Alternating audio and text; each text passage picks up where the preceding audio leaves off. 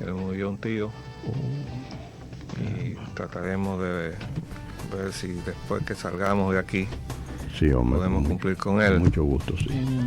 También el sábado él y Tomás Castro inauguraron su oficina política. Ah, sí. Esa oficina política sorpresivamente sirve para llevar adelante ahora las aspiraciones del licenciado Flores a la senaduría, porque eso no se había dicho. Sí, lanzado su precandidatura a la senaduría del Distrito Nacional. Exactamente. Entonces está el candidato a diputado, Tomás Castro, y el candidato a senador por el distrito, el licenciado Rafael Flores Estrella. Le deseamos suerte a ambos en ese esfuerzo que se desarrolla a lo interno del Partido Revolucionario Dominicano. No nos sentimos invitados a la invitación pública que hizo, porque entendíamos que se trataba de un asunto interno en el PRD. Nosotros no somos del PRD. Hemos sido muy críticos del PRD y de su liderazgo, el pasado y el presente, y no queríamos ser elementos de perturbación a lo que debería ser, y aparentemente fue un acto muy bien llevado internamente dentro de las personas que estuvieron presentes allí, amigos políticos del licenciado Flores y de Tomás Castro, y sobre todo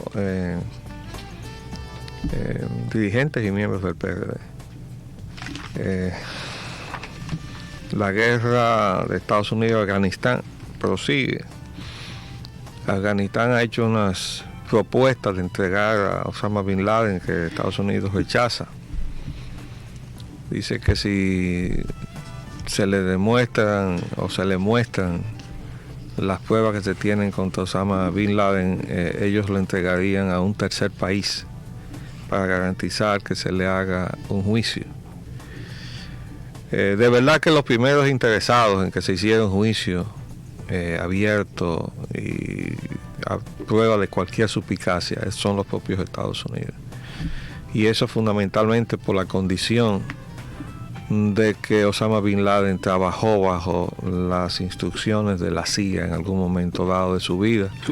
En esa situación tan compleja que se ha dado en el Medio Oriente, en donde se ha visto cómo Estados Unidos, a través de su agencia de inteligencia, ha estado pulseando en un país a favor de un determinado sector en contra de otro, a favor de un país en contra de otro, y en ese equilibrio inestable, peligrosamente inestable del Medio Oriente, donde hay varias naciones que tienen ahora armas atómicas, Estados Unidos ha estado jugando distintas barajas y ha caído ahora en la contradicción de que quien fue su instrumento para combatir a los soviéticos en Afganistán, que es Osama Bin Laden, ahora es su enemigo público número uno.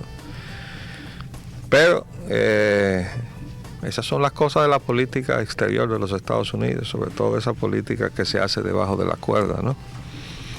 La parte que preocupa también de todo ese escenario es que no solamente hay petróleo en ese sector del mundo, sino que específicamente en Afganistán hay más que nada amapola. Y amapola es el cultivo donde sale el opio, sale la heroína. Y el tráfico de heroína es uno de los elementos de más importancia económica en el mundo junto con la cocaína. Y su mercado principal se llama los Estados Unidos de América. Entonces eso es un elemento adicional de complicación, porque no se sabe si lo que se está viendo allí, ese escenario conflictivo del Medio Oriente, está originado por el petróleo o está originado por la droga. Entonces, mientras mejor y más claro se haga todo, yo creo que mejor para los Estados Unidos, mejor para todo el mundo. De modo que esa es nuestra opinión, desde luego muy modesta, y sabe Dios, no nos hacen desde luego ningún caso, pero que quede constancia, porque así hemos estado dando nuestra opinión contra todo este desastre de política económica Y ahora resulta que a quienes han sostenido esa misma posición en los Estados Unidos le dieron el Nobel de la Economía, ¿no? De modo que nos sentimos muy complacidos de estar en esa buena compañía. El doctor Stiglitz de la Universidad quien era el presidente del Consejo de Asesores Económicos de Clinton. Lo que pasa es que Clinton obviamente no le hacía caso a ese, jugaba, a ese organismo. Jugaba la otra base. No le hacía caso a ese organismo. No, es que fíjate que ha pasado, Roger, en los Estados Unidos, algo que yo solamente había visto suceder en Latinoamérica. Que la duplicación de organismos. Sí. Había 2 consejos económicos en torno al presidente de los Estados Unidos. ¿Por qué? Porque no había forma de conciliar las posiciones. Entonces había un consejo que tiraba en una dirección y otro consejo tiraba en otra. Probablemente el presidente oía solamente a uno de esos 2 consejos económicos. Así sucedía con las agencias de seguridad, que eran como 8 o 10. Ahora hay un consejo que va a coordinar todas esas agencias, o una superestructura. Esa es otra característica de la latinoamericanización de los Estados Unidos. Yo no sé si nuestro invitado ha notado, viéndonos ahí en la pantalla, dónde es que estamos ubicados. ¿Dónde tú te ves ahí? ¿Ya identificaste nuestro escenario? Sí. Es el despacho del presidente. ¿El despacho? Del presidente de la República.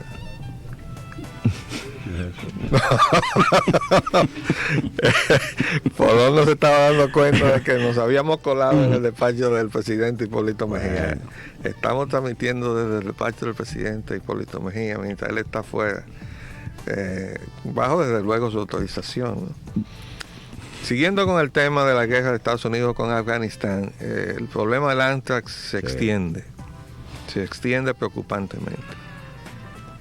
Hay alrededor ya de 12 casos de investigación, no están confirmados, pero hay 12 casos de posible de contaminación que no se ha determinado si llega al punto de que hayan contraído la enfermedad.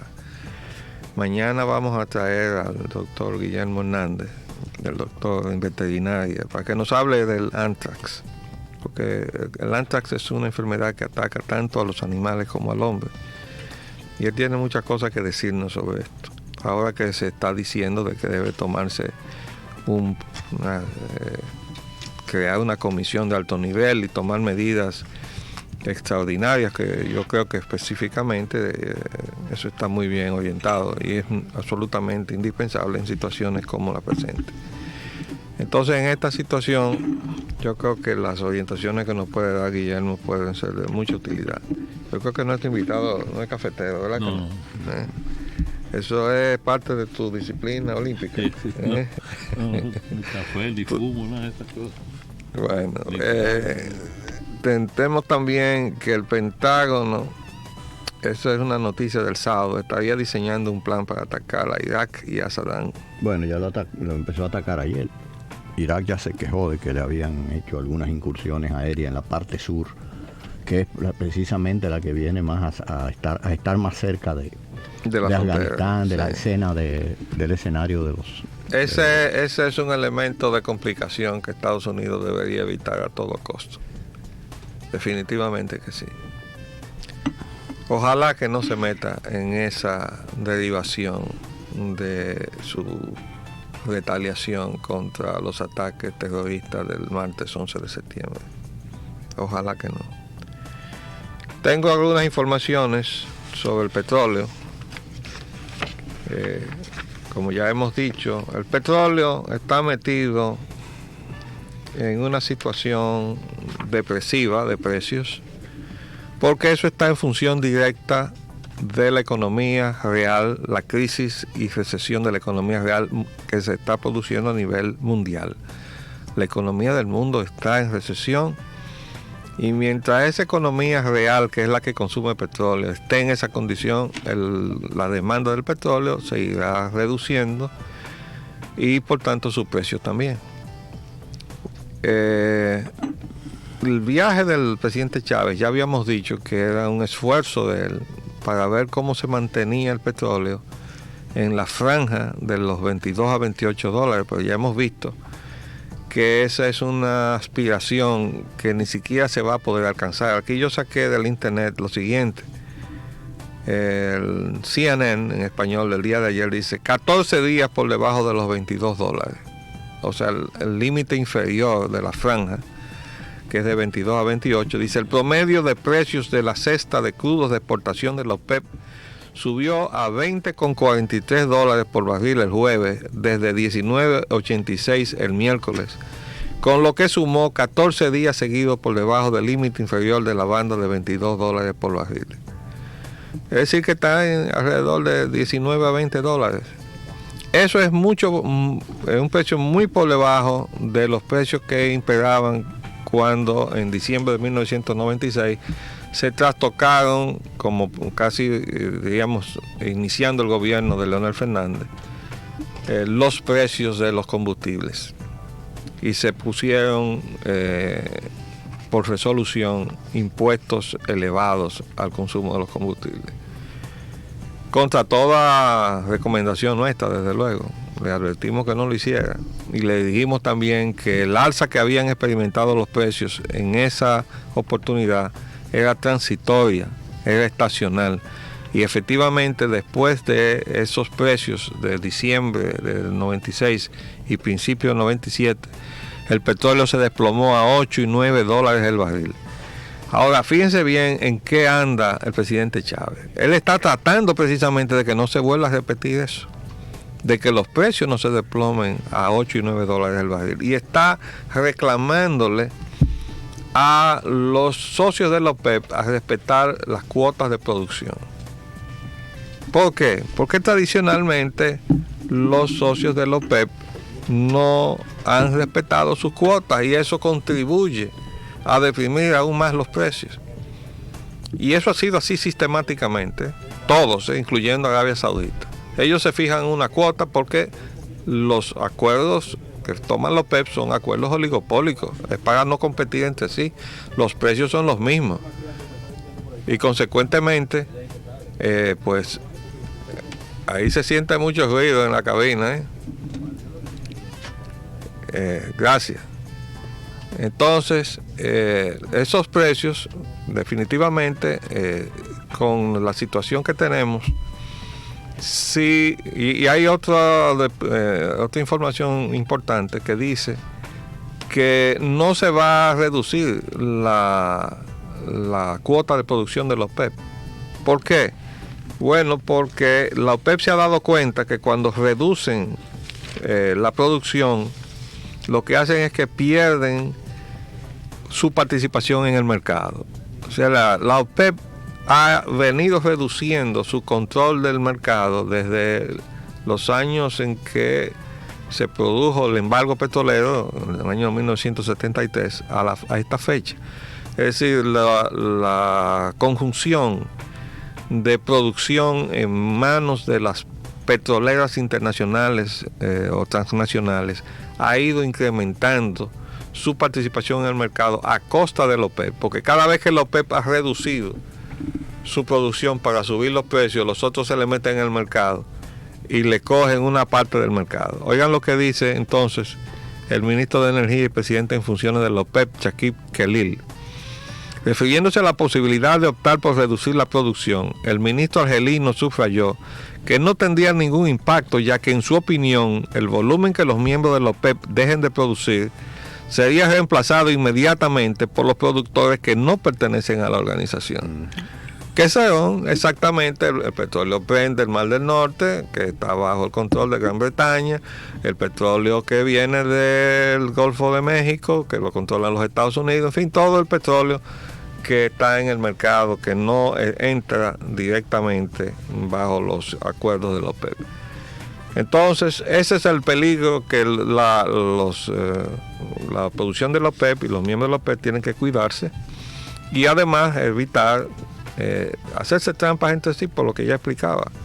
Ellos generalmente se aumentan discrecionalmente la producción, y entonces eso tiende a bajar los precios. Pero de todos modos, en medio de una crisis de la economía mundial, el hecho de que el petróleo tenga los precios controlados por el mismo fenómeno económico es una perspectiva alentadora en medio de un contexto preocupante, porque indudablemente una economía mundial recesada no es un marco de estímulo ni de aliento para nadie. Tenemos entonces, obviamente, que comentar la necesidad del cambio de modelo económico. En el fin de semana vimos como Enrique Iglesias, presidente del BID, elogia el desempeño económico de la República Dominicana. Dice, reconoce, pero al mismo tiempo, después que nos elogia, ¿verdad? Reconoce que el desarrollo del país no ha beneficiado a los más pobres. Pero yo quisiera que examináramos ese titular. Préstame el listín diario del domingo. Porque ahí se nota la forma en que los periódicos manejan de manera complaciente algunas informaciones. Me perdona el amigo Frank Hull, pero él puso la palabra desarrollo, que no tiene que ver, no, este es sábado, que el desarrollo no tiene que ver con crecimiento. Crecimiento es una cosa, desarrollo es otra cosa. Crecimiento quiere decir acumulación de las riquezas, generalmente en condiciones contrapuestas al desarrollo, que implica la redistribución de las riquezas para que alcance a las mayorías, y entonces esa redistribución en función de la participación de cada cual con su esfuerzo en el trabajo, en la producción, es lo que trae bienestar y hace que la gente tenga entonces posibilidad de vivir mejor y alimentarse mejor, y al alimentarse mejor tener menos posibilidad de enfermarse, porque la principal causa de enfermedad es el hambre o la mala alimentación. Bueno, y aquí dice, observen este titular, por favor, hagan el close-up. Enrique Iglesias elogia el desempeño económico de República Dominicana. Reconoce que el desarrollo del país no ha beneficiado a los más pobres. Pero si uno lee la noticia, dice, el presidente del Banco Interamericano de Desarrollo es el banco, pero ya hemos dicho que debieron haberle cambiado el nombre hace tiempo, porque ese banco hace rato que dejó de contribuir al desarrollo de los países latinoamericanos, pero se ha empeñado en otra causa contraria, que es la de servir de ariete contra el desarrollo de nuestros pueblos y de nuestras economías, al servicio de la penetración de los grandes capitales transnacionales, con el crecimiento de esos capitales a expensas de nosotros, como es la economía de servicio que ellos nos trajeron y que nosotros nos dejamos implantar, porque tenemos que aceptar esa responsabilidad también. Pero oigan lo que decía el cable y cómo se cambió en el título. El presidente del Banco Interamericano de Desarrollo, Enrique Iglesias, elogió el desempeño económico del país, pero reconoció que los beneficios del crecimiento, no dijo desarrollo, y en el titular dice, reconoce que el desarrollo del país no ha beneficiado a los más pobres. Él habló del crecimiento. No han podido derramarse lo suficiente en favor de la población. Y dice aquí, reveló que el BID acompaña al gobierno de la República Dominicana en la tarea de mejorar todos los estándares de vida, que es la consecuencia natural del beneficio de ese crecimiento. Es que el señor Enrique Iglesias hace tiempo que no habla de desarrollo. Yo he dicho que la última vez o penúltima vez que intervino aquí en un evento que se realizó en el Banco Central de la República Dominicana, en su discurso mencionó el término desarrollo una vez, probablemente cuando mencionó el nombre de su banco. Después solamente habló de crecimiento. Todo a lo largo de su discurso solamente habló de crecimiento. Y eso es consono con la actuación de esa entidad, que no ha buscado ni ha apoyado, como inicialmente lo hizo cuando Prebisch estaba ahí, el desarrollo de los pueblos latinoamericanos. Y Enrique Iglesias, que vino de la CEPAL, y desde la CEPAL tenía un discurso enmarcado en el pensamiento económico de Prebisch. Cuando pasa él a dirigir el Banco Interamericano de Desarrollo, lo hace para voltear la tortilla y poner el banco al servicio de la penetración de nuestras economías por esos intereses transnacionales. Entonces, por eso, lo que diga el señor Enrique Iglesias hay que saberlo leer, ¿no? Lo otro es que ahí mismo él dice, los servicios, trae el periódico, aportan el 55% de los empleos en el año 2000. Pero los servicios son la zona franca. Ese es el modelo de la maquila que ya hemos dicho, que se ha permitido suplantar nuestra economía productiva por la economía de servicios sobre la base de mano de obra hambreada nos han metido en lo que yo he denominado la subasta de la miseria. Entonces nosotros vamos a competir con otros países a ver quién ofrece más miseria. Y el que ofrece más miseria y se gana la subasta, se muere o mata a su pueblo. Y ahora vienen los fenómenos de los organismos internacionales y descubren que no hay respuesta a la pobreza. ¿Cómo va a haber respuesta si el modelo económico es que está engendrando la pobreza? Lo interesante son las palabras del señor James Wolfensohn, presidente del Banco Mundial. El señor Wolfensohn ha producido unas declaraciones, precisamente en el contexto de la reunión de la CIP en Washington. Yo traté de sacar del internet el discurso del señor Wolfensohn, pero parece que todavía no estaba en la noche de ayer. El señor Wolfensohn dice que cree que la pobreza causa terrorismo. Y ha dicho entonces, a partir, préstame el hoy de ayer domingo, que hay una situación a partir del martes que obliga a revisarlo todo. O sea que esto es también una de las consecuencias de los hechos del martes, pero visto desde una óptica como la del señor John Wolfensohn, que dicho sea de paso es miembro del Council on Foreign Relations, australiano él. Oigan lo que dice él. El presidente del Banco Mundial, James Wolfensohn, advirtió hoy al mundo que mientras exista pobreza, los ricos no tendrán paz. ¿Ustedes oyeron eso? ¿Lo quiere que se lo repita? El presidente del Banco Mundial, James Wolfensohn, advirtió hoy al mundo que mientras exista pobreza, los ricos no tendrán paz. En un discurso en el que aseguró que lo ocurrido el 11 de septiembre así lo demuestra. Es el Si presidente del Banco Mundial. Sí. Si no tendemos una mano a la gente viviendo en la pobreza y no creamos una mejor distribución de la riqueza, no habrá paz. Es muy sencillo, dijo Wolfensohn en un discurso que ofreció en la Asamblea General de la Sociedad Interamericana de Prensa CIP en Washington.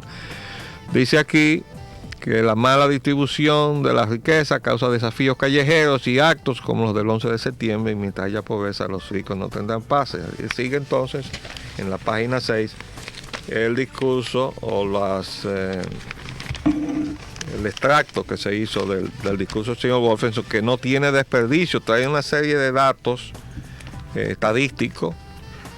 Dice que la mitad de la población mundial, 3.000 de los 6.000 millones, viven con menos de $2 al día. De estos, 1.200 millones de personas viven con menos de $1 al día.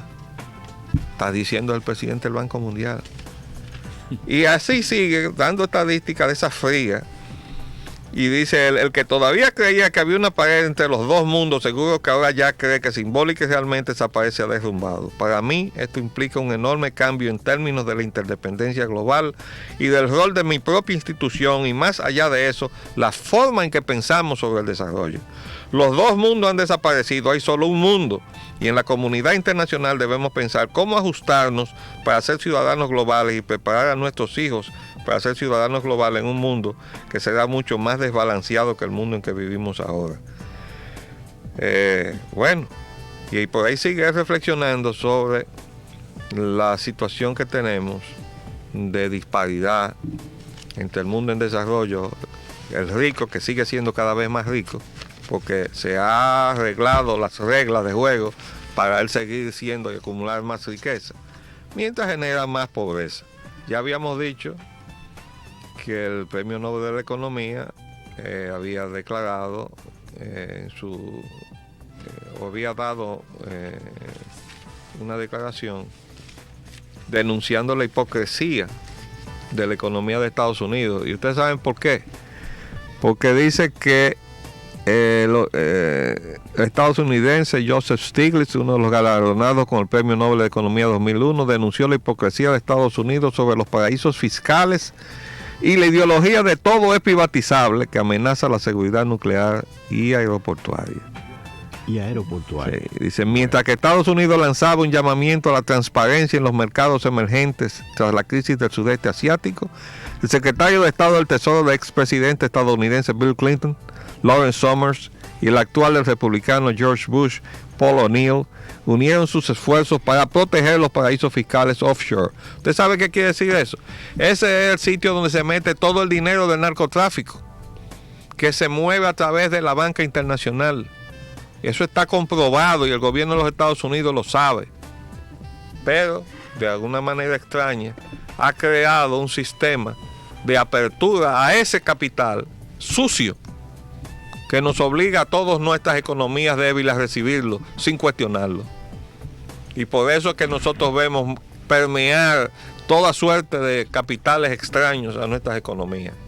Eso se puede vincular con lo que usted dijo anteriormente de las amapolas en Afganistán y que bueno, yo adiciono a las amapolas de Turquía también.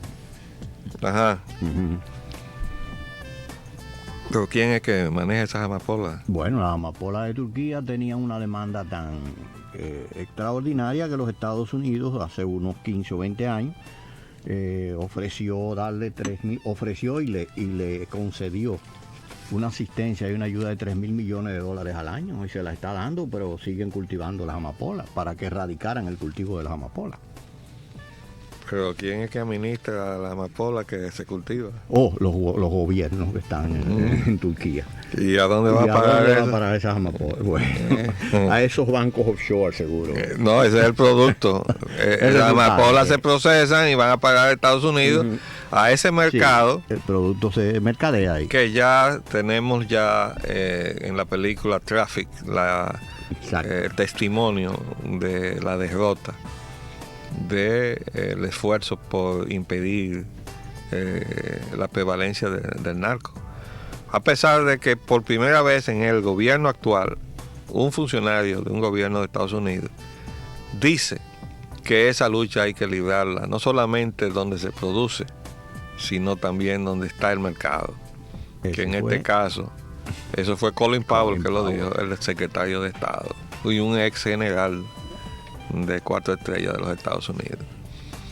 Pero indudablemente la película Traffic es un testimonio dramático que se ha tratado de hacerlo exactamente así, para decir que la batalla hay que librarla dentro de la familia norteamericana, porque los cuadros que se ven que retrata esa película de la descomposición familiar de los Estados Unidos inducida por la droga no deja ninguna duda de que a nivel del Estado no se puede hacer nada si no se involucran en ese esfuerzo todas las familias, todos los padres, para tratar de rescatar a sus hijos.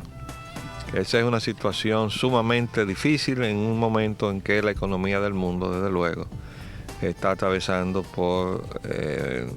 y sobre todo en el caso de los Estados Unidos, a premios tan grandes que están obligando a que en la familia ambos trabajen tanto el padre como la madre, lo cual está dejando los hogares solos, lo que quiere decir que también están dejando a los muchachos solos, porque antes trabajaba el padre, la madre se quedaba en la casa y había una especie de matriarcado, pues ya eso se rompió.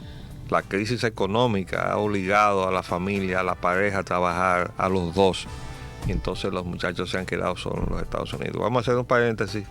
Cuando volvamos, venimos con nuestro entrevistado, el ingeniero Roque Napoleón Muñoz, nuestro amigo Polón.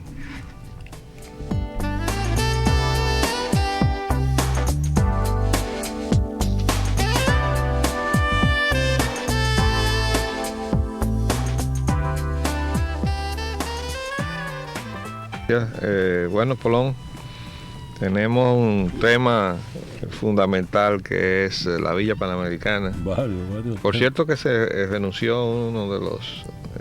Barrientos, vicepresidente ejecutivo. ¿Quién queda ahí? No sé a quién no.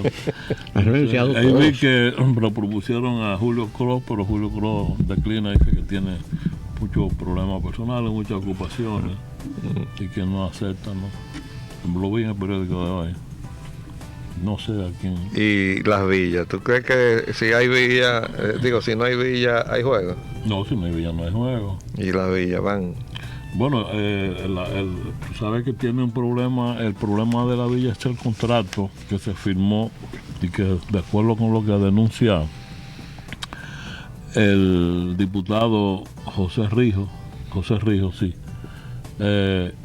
además de lo que yo he planteado en inúmeros veces y escenarios, denuncia contrato Terrenos Villa está plagado de errores, eso es verdad. O sea, yo me inquieté con que no veía progresar el problema del contrato en el Congreso, en los diputados, y cuando fui me dieron una copia del contrato y realmente se trata de un contrato plagado de errores legales y constitucionales incluso, y además de eso muy lesivo al interés. Está plagado de malas intenciones. Y de malas intenciones, ¿no? Como muy lesivo, entonces pues obviamente yo creo que los juegos deben tomarse como pretexto para hacer un contrato tan lesivo al interés nacional, sumamente lesivo. Ahí tiene unas cláusulas.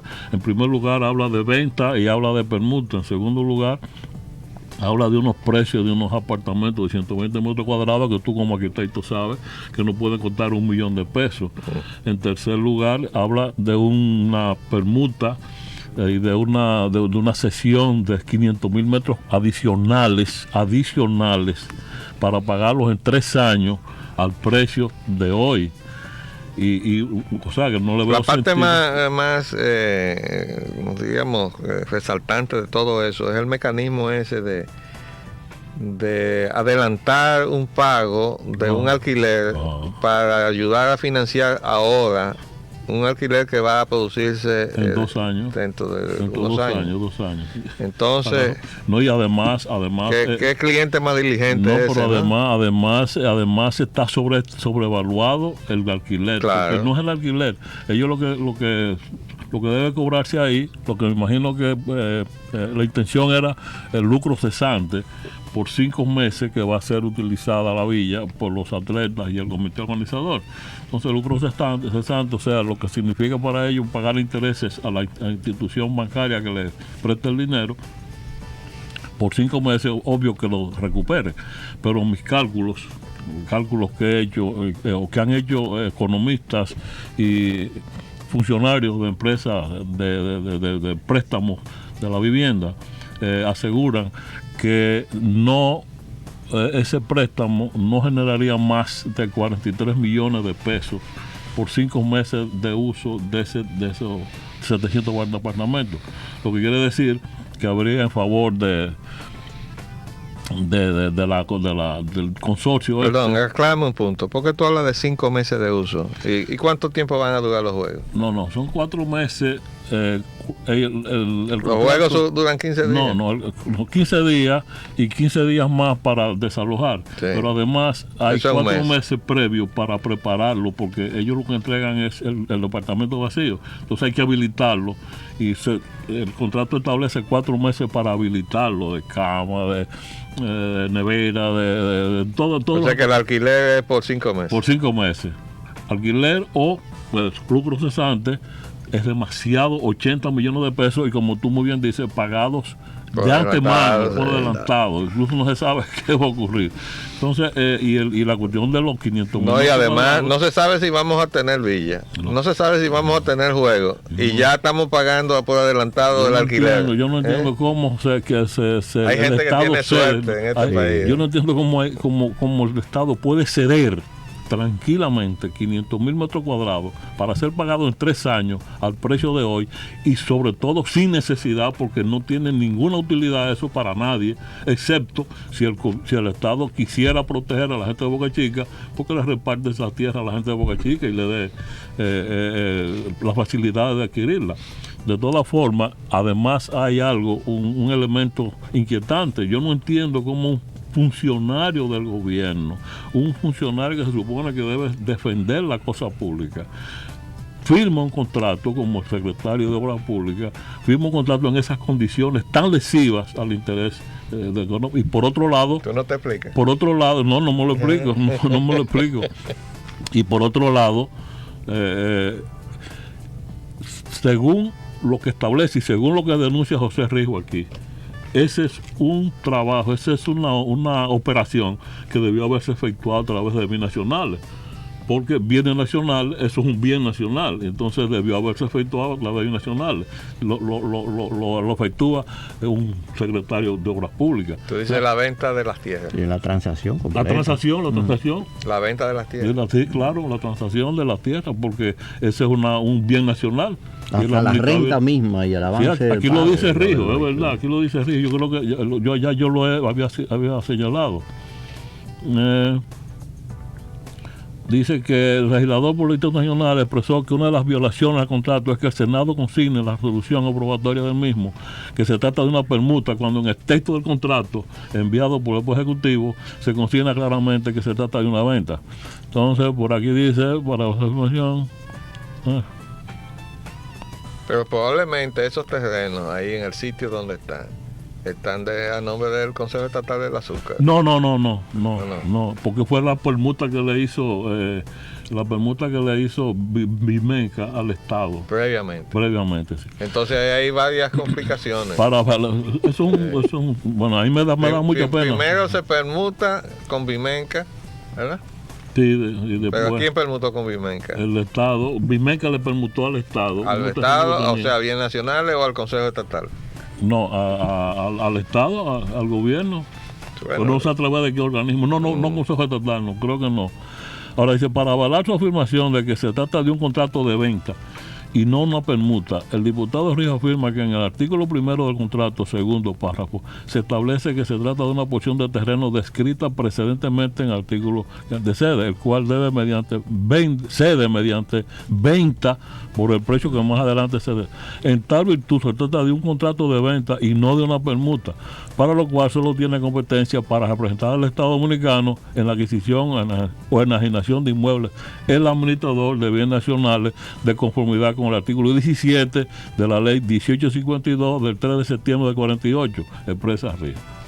Hay una serie de que a mí me preocupan realmente, pero realmente lo que me tiene a mí, incluso yo le hice saber todas mis observaciones. Pero ¿tú crees que es posible que en medio de esta situación de incertidumbre en que está la humanidad, no se sabe a dónde vamos, ni sabemos cuál va a ser el impacto que esta situación va a tener en la economía dominicana, que sigamos insistiendo en ser sede de esos juegos?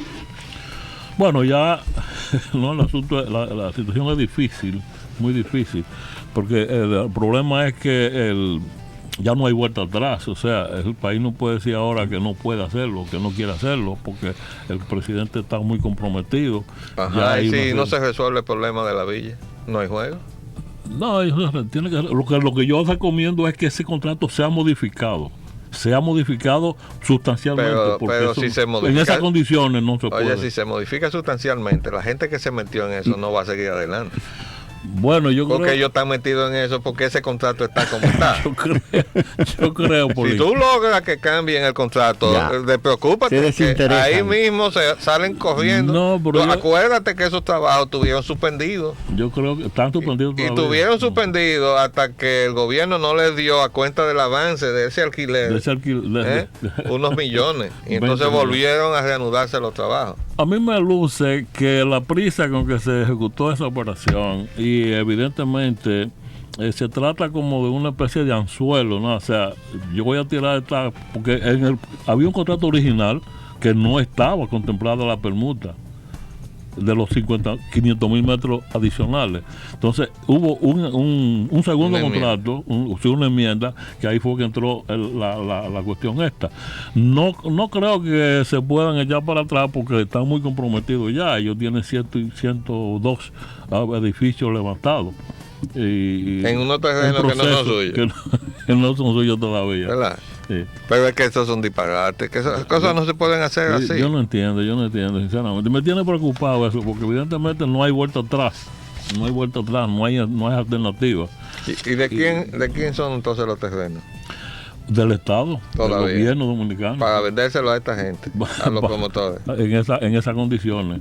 Al precio de hoy, para ser pagado en 3 años, con apartamentos sobrevaluados. O sea, quiere decir que si no hay operación, estos señores, los promotores, han construido en terreno del Estado, y todo lo que ellos han invertido es del Estado. Sí, porque de acuerdo al Código Civil. Con el Código Civil, el dueño de un solar es el dueño de la mejora que se construyen de manera inconsulta, ¿no? Yo estoy muy preocupado con esto. Yo no creo que los diputados, o sea, creo que los diputados tienen toda la razón al haber postergado y analizado cuidadosamente este contrato, y no creo que lo vayan a aprobar así como está. Yo creo que eso hay que enmendarlo, que hay que ponerle adentro, no hay duda que eso es. Respecto a tu opinión, que tú eres realmente el experto en cuestiones olímpicas, como dominicano siempre me opuse a esa inversión de esos juegos antes de la crisis de los atentados del terrorismo, y después de este atentado con más razón. Creo que la economía del mundo y la economía en particular de la República Dominicana no se ha podido evaluar todavía cuál va a ser el impacto que vamos a tener, y nosotros ahora deberíamos estar tomando todas las precauciones para medir cada paso que damos. Por ejemplo, estas inversiones que se están anunciando, ¿cuánto son? 16 pasos a desnivel. Los pasos al nivel que está anunciando a desnivel, sí. Bueno, yo te voy a decir algo con relación a y además eso. Hoy está anunciado también que hay una empresa canadiense que va a construir el acueducto del suroeste. Eso no fue a concurso, yo no vi concurso publicado ni nada. Y con relación a los pasos a desnivel que se están anunciando. Y ese no fue el compromiso del presidente, que íbamos a concurso después de enero, todo. Sí, no, él dijo que después de enero, eso fue el 16 de diciembre, que a partir de enero del año 2001 sería todo por concurso. Entonces, estos pasos a nivel me tienen muy preocupado, porque parece ser que el actual secretario de Obras Públicas ha entrado en una carrera, una competencia con las autoridades anteriores para ver quién hacía más disparate, porque evidentemente tú como arquitecto sabes, como urbanista sabes, que la solución del tráfico en Santo Domingo, del tránsito en Santo Domingo, no es esa. Yo tengo un estudio hecho por el hijo de un colega nuestro, de Rafael Vargas Mera, ¿te recuerdas de él? Rafael Patricio Vargas Mera, el constructor de la basílica. A él nunca le han reconocido el mérito de ser el responsable de que esos planos tan delicados que hizo Andrés Dunoyer de C. González, lo fue el que lo hizo. Yo lo sé porque yo era el jefe del Departamento de Construcción de Obras Públicas y era el que estaba supervisando los trabajos. Entonces, un hijo de él es un experto en tránsito que maneja el tránsito de Miami hace 8 años.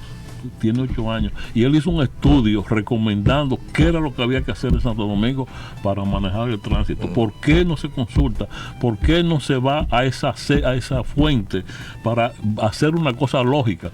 Porque tú sabes que la emulación es buena siempre y cuando se traten de emular cosas buenas, positivas. Pero cuando se trata de emular cosas negativas, entonces la emulación es peor negativa. Y menos más menos en matemática da mucho menos. Menos 20 más menos 20 da menos 40. O sea que yo no sé, esta carrera, esta competencia. Y no hay de que una vinculación por ahí entre el que estaba y el que está. Entre Diandino Peña y el que está ahora. Sí. Yo he oído de eso. Yo quisiera. Porque la explicación de que no haya salido un papelito, ni un solo expediente en contra de Andino Peña, del actual despacho de Obras Públicas, contra el que estaba ahí. Bueno, está diciendo que ahí hay un vínculo, un indicio de amistad, de solidaridad, y es de solidaridad con lo mal hecho, porque yo sostengo, Polón, que ningún gobierno tiene derecho a usar los fondos públicos para construir disparates. No, claro. Aunque sean muy sólidos y aunque no se caigan, ¿verdad? Y estén de acuerdo con toda la técnica de la ingeniería, pero no resuelven nada. No. O complican lo que había. Y además, probablemente el doble de lo que debían haber salido. Tú dices el costo. El costo. No por doble, porque se cogieron la otra mitad. Vos te digo, o sea que además de todo eso, Porque además de todo no lo usaron un positivo, procedimiento entonces, transparente. No, porque están usando las obras públicas para coger Sí, dinero. sí. Y vamos a decirlo bien claro, Decirlo para que el claro. pueblo no lo entienda. Se usan las obras públicas De para gran agrado, coger dinero, ¿no? Entonces ese es el asunto, por eso tiene que romperse, por eso el presidente tiene que cumplir ese compromiso que hizo con todos los dominicanos y en particular con unos amigos de él que somos expresidentes del CODIA, como es el ingeniero Polo Muñoz y quien les habla, Polín Espaillá.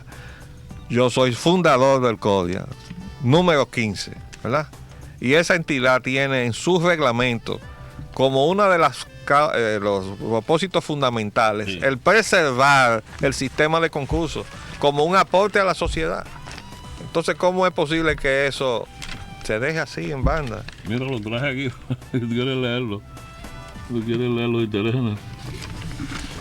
Bueno, dice la Capi TV que nosotros ayudamos a redactar por allá hace muchos Hace años. muchos años. Servir como guardián del interés público dentro del ámbito profesional, salvaguardando aquellos instrumentos de perfeccionamiento político administrativo que, como los procedimientos de concursos públicos para la adjudicación de las obras del Estado, de los municipios y de las instituciones autónomas del Estado, constituyen un aporte positivo a la estructura política, social y económica de la nación. Pero la KPTA dice: defender la Constitución, las leyes y las instituciones democráticas de la República, cooperando con las autoridades nacionales, provinciales y municipales en el desarrollo y estabilidad de las instituciones públicas. Por eso, la primera institución que se pronunció contra el golpe de Estado contra Bosch fue el Colegio Dominicano de Ingenieros. Y tenemos 40 años luchando contra el grado a grado, tú y yo, Polín y Polón.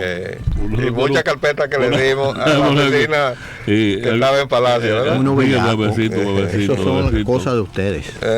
Son cosas de Polín y de Tienes Colombo. un titular ahí. Sí, hay algo que me ha llamado poderosísimamente la atención en la edición del periódico Listín Diario el día de hoy, en la sección El Dinero, que es la parte de la economía del país. Dice que el gobierno se ha adentrado a concertar un préstamo que no figura en ningún sitio. Esos son adicionales. Este adicional, Sí, sí. 370 millones de dólares para parques mineros. Eso es la entrega de los recursos De los mineros recursos, del país. del subsuelo, cójanselo todo. Sí. Bueno, Eso entonces, a reserva de que mañana hagamos un comentario No, sobre esto, tenemos que adentrarnos en este asunto, porque yo no le encuentro mucho sentido en esto.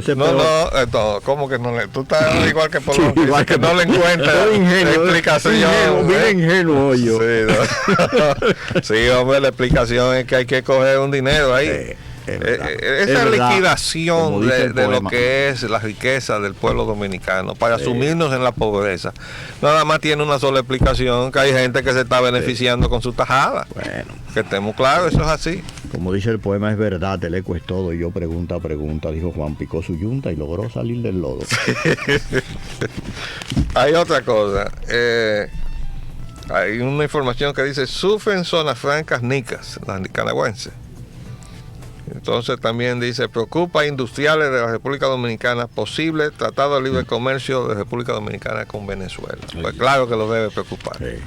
Bueno, nos han hecho señas de que ya se nos ha terminado el tiempo. Nos tenemos que despedir hasta mañana en una nueva edición de su programa Agenda Nacional. De modo que aquí estaremos Dios mediante y les hablamos Leopoldo Espaillat Nanita. Y Roger Ogando, hasta mañana a la misma hora por estas mismas emisoras.